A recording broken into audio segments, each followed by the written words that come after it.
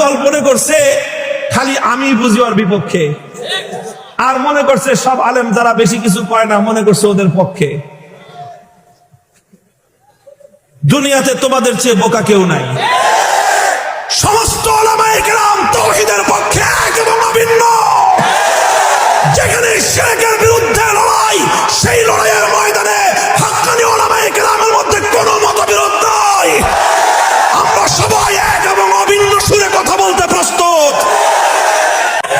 আরে ভাই, তুমি যদি শিরকের পথে চলে পিছপা হতে না জানো, আমি তাওহীদের পথে চলে কেন পিছপা হব? তুমি যদি বাতিলের পক্ষে চলে লড়াই করতে প্রস্তুত হও, আমি হকের পক্ষে থেকে হকের পথে থেকে লড়তে আমার কিসের ভয়?